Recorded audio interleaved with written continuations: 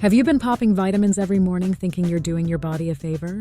What if I told you one of them might be silently increasing your risk of stroke? Most people think taking a multivitamin is like putting on a seatbelt, a small action that adds a layer of protection. But what if that seatbelt was cutting off your air? In today's video, we're diving into a shocking connection between certain vitamins. Yes, the ones you probably have in your kitchen cabinet right now, and a higher risk of stroke. We'll break down the science, the studies, and most importantly, what you should be doing instead. Keep watching, because the vitamin that's meant to help your heart might just be hurting your brain. Let me take you back to something strange that happened in Sweden in the early 2000s. A huge government-sponsored study was launched, called the alpha-tocopherol beta-carotene cancer prevention study. Sounds boring, right? But what they found was anything but boring.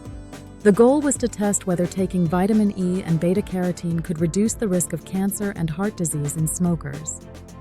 But instead of seeing better health, the people who took beta-carotene had a significantly higher risk of lung cancer and stroke. You heard that right? The very thing they thought would prevent disease ended up potentially causing it.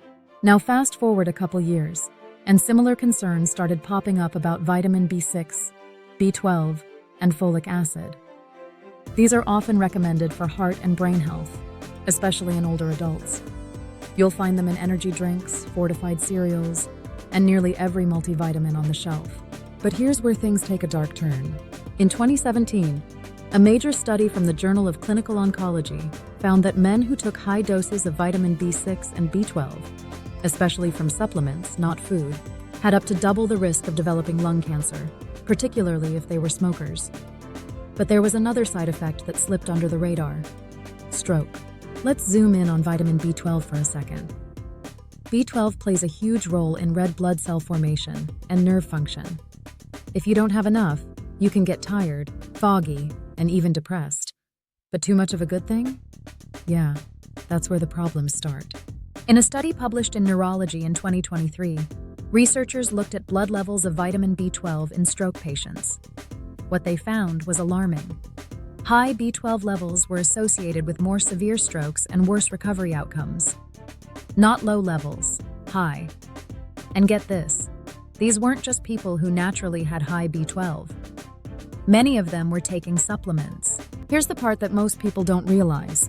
B vitamins, especially B12 and B6, are involved in homocysteine metabolism. Homocysteine is an amino acid that, in high amounts, damages blood vessels and increases the risk of blood clots. Sounds bad, right? So the theory was, take B vitamins to lower homocysteine, and you'll reduce your risk of heart disease and stroke. But the reality? More complex.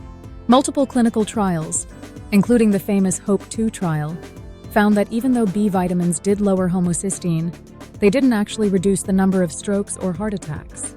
In fact, in some groups, they may have even made things worse. Let that sink in. You're taking a vitamin to lower a dangerous marker in your blood, and it does lower it. But you still end up having a stroke anyway. It's like turning down the volume on the smoke alarm while your house is still on fire. And then there's vitamin E, long praised for its antioxidant powers. But multiple large-scale studies, including one from the American Heart Association, show that high doses of vitamin E increase the risk of hemorrhagic stroke. That's the kind caused by bleeding in the brain, by 22%. You might be thinking, okay, so what's the safe dose? And that's where things get tricky. The line between enough and too much is very thin. For example, the recommended daily intake for vitamin B12 is just 2.4 micrograms. But many supplements on store shelves offer 1,000 micrograms or more. That's over 400 times the amount your body actually needs. And unlike vitamin C, where your body can just pee out the extra, B12 and E are fat-soluble, meaning they accumulate in your body over time.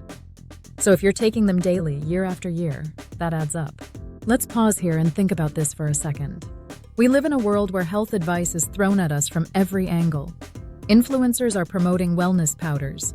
Energy drinks are loaded with natural B12. Fitness coaches recommend megadoses of vitamins for peak performance. But how many of them are talking about the long-term effects? We all want the shortcut. The pill that gives us energy, the the capsule that boosts brain power, the gummy that protects our heart. But sometimes, shortcuts have side roads, and some of them lead straight to the hospital. So what do we do? First, let's be clear. Not all supplements are bad, and not everyone should avoid vitamins. If you're deficient in B12, which many vegans, vegetarians, and older adults are, you absolutely need supplementation. Same with folate for pregnant women or vitamin D in the winter. But here's the problem. Most people aren't deficient. They're just supplementing because they think more is better. Let me tell you a quick story. A few years ago, a 56-year-old man in Canada went to the ER with dizziness, headaches, and numbness in his limbs. Turns out, he'd been taking 10 times the recommended dose of B6 for over a year, thinking it would help his brain fog. Instead, he developed peripheral neuropathy, a condition that damages your nerves and can become permanent, all from a vitamin he picked up at the store. The truth is, your body is not a bank account where you can just keep making deposits of nutrients. It's more like a recipe. You need the right amount of each ingredient. Too little and it doesn't work. Too much and it falls apart. Now let's circle back to stroke risk. There are two main types of strokes: ischemic, caused by a clot, and hemorrhagic, caused by bleeding. Certain vitamins, especially E and B6 or B12 in excess, have been linked to both types under certain conditions. High levels may increase blood thickness, damage vessel walls, or interact with medications like aspirin or blood thinners. And here's where things get scary. Most people don't even know they're at risk. Stroke isn't always something you see coming. One minute you're fine, and the next, you're slurring words, you can't move your arm, or you're staring blankly while your brain scrambles for oxygen. So what's the takeaway? Get your vitamins from food first. Eggs, fish, leafy greens, nuts. They offer the nutrients your body needs in amounts it can handle. Only supplement if you're actually deficient. This means getting blood work done. Guessing isn't good enough. Avoid megadoses. More is not better, especially when it comes to fat-soluble or neuroactive vitamins. Talk to a doctor or nutritionist before starting anything new, especially if you have a medical condition, are taking other medications, or have a family history of stroke. Listen, this isn't about scaring you away from taking care of your health. It's about actually taking care of your health. And that starts with knowing the facts, not falling for the hype. Just because something is natural doesn't mean it's harmless. Just because it's sold over the counter doesn't mean it's safe. And just because it worked for your friend or some guy on TikTok doesn't mean it's right for you. Your health is too important to leave up to chance or a bottle of gummies. If this video made you think twice about your daily routine, good. That was the goal. Tap on the next video on your screen to learn 3 hidden ingredients in health foods that secretly mess with your brain. You won't believe number 2. If this helped you feel even 1% better, go ahead and hit that like button, share it with someone who needs it, and subscribe for more simple ways to upgrade your life every day.